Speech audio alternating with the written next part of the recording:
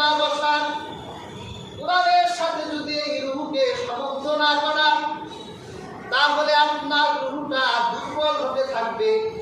দুর্বল হতে হতে আপনার দেহটা রূহের উপর শক্তিশালী হয়ে যাবে। তখন দেখবে দুনিয়ায় আপনার কাছে মজা, কিন্তু আল্লাহর দ্বীন, আল্লাহর রাসূলের এই প্রেরিত ইসলাম আপনার কাছে ভালো লাগবে না। মুহাম্মদ রাসূলুল্লাহ যে দ্বীন এনেছেন, আল্লাহ যে ইবাদত আমাদের দিয়েছেন, ইবাদত করতে আর মজা লাগবে না, কারণ রূহ এখন দুর্বল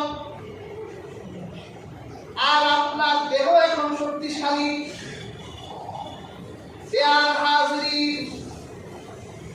যখন আপনার রূহটা দুর্বল হয়ে যাবে, তখন আপনি আল্লাহ শুকরগুজারি বান্দাও হতে পারবেন না, আল্লাহ শুকরিয়া আদায় করতে পারবেন না। সেই জন্য প্রিয় হাজরিন, আমাদের প্রত্যেকের শুকরগুজারি হতে হবে। এই জন্য আমাদের প্রত্যেককে আমাদের রূহ নিয়ে কাজ করতে হবে, তাকিয়ায়ে নফসের কাজ করতে হবে।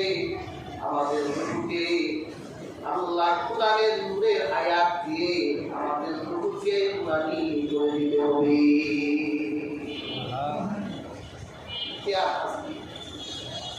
এই জন্য আপনি একটু নীরব নিস্তব্ধ ঘরে সপ্তাহে একদিন হলেও আপনি বসে তাজকিয়ায়ে নফস, আপনার রূহকে আপনি আপনার কাছে নিয়ে আপনি একটা বারের জন্য, 1 ঘন্টার জন্য, আধা ঘন্টার জন্য, 10 মিনিটের জন্য একটু বসে একটু নিজের আত্মার সাথে বিচারণা করে যে আপনি আত্মা দিয়ে কতটুকু পাপ করে আর কিভাবে আপনার আত্মাকে পবিত্র করা যায়। একটু কোরআনের মজলিসে বসে একটু কোরআনের হামিদ আলেম ওলামাদের কাছে গিয়ে আজকে নফসের তালিম দেন, হক্কানি পীর বুজুর্গদের কাছ থেকে তালিম তরবিয়ত নিয়ে আপনার রূহে রুহানি ইরফানি কাজ করাইতে থাকে।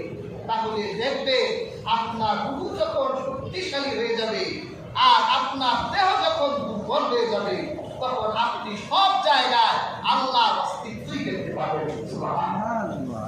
গাছের দিকে তাকাবেন, দেখবেন গাছের ভিতরে আমার আল্লাহর অস্তিত্ব।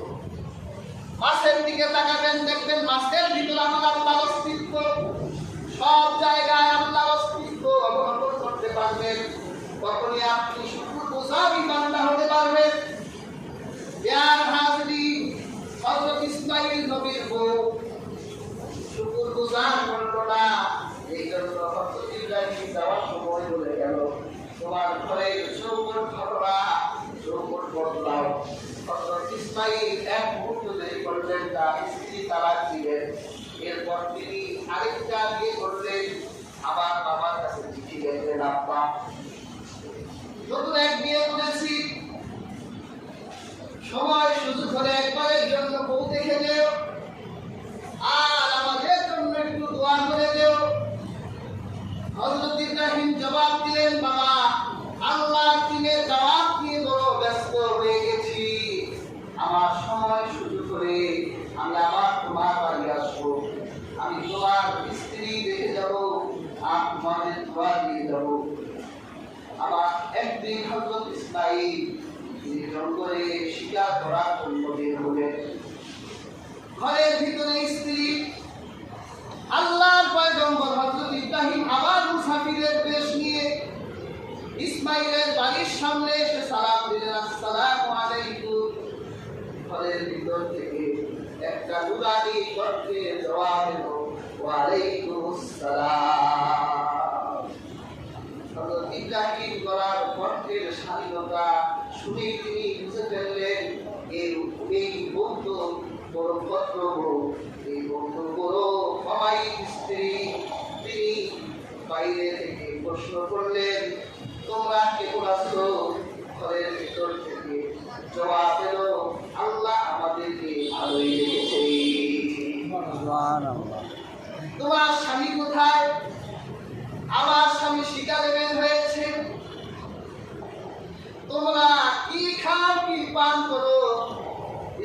জবাব দিল, আমরা গোশত খাই, ফল খাই, আর আমরা পশুর দুধ পান করি, পানি খাই।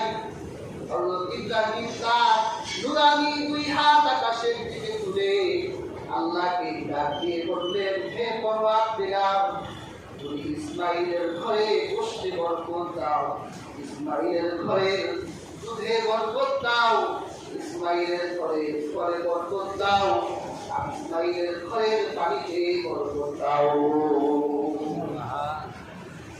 এই চারটা দোয়া করে হযরত ইব্রাহিম বাহনের পিঠে বসে চলে গেলেন। পরক্ষণে ইসমাইল বাড়ি এলো। আল্লাহর পয়গম্বর হযরত ইসমাইল বলল, স্ত্রী, আমার নাকে মেশকের ঘ্রাণ আসতেছে, আমার মনে হয় আমার বাড়িতে কোনো নবী এসেছিল।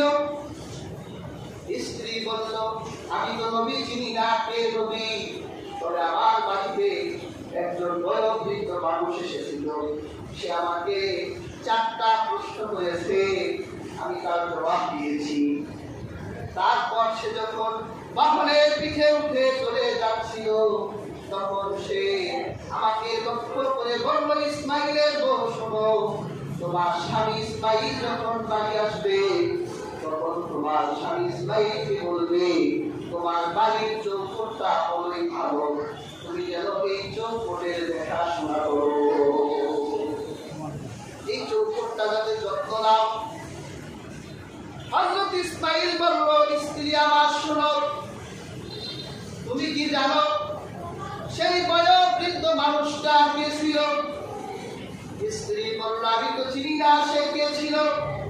সে আল্লাহর পয়গম্বর, আমার বাবা তোমার শ্বশুর হযরত ইব্রাহিম নবী ছিলেন।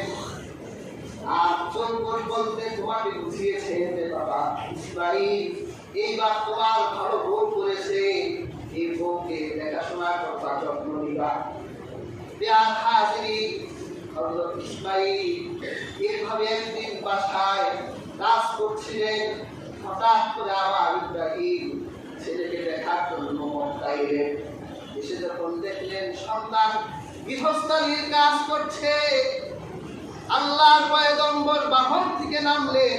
হযরত ইসমাইলের চোখে যখন ইব্রাহিম পড়ল, বাবা ছেলের দীর্ঘদিনের না দেখা পিতাকে দেখে হযরত ইসমাইলের বুকটা আনন্দে ভরে গেল।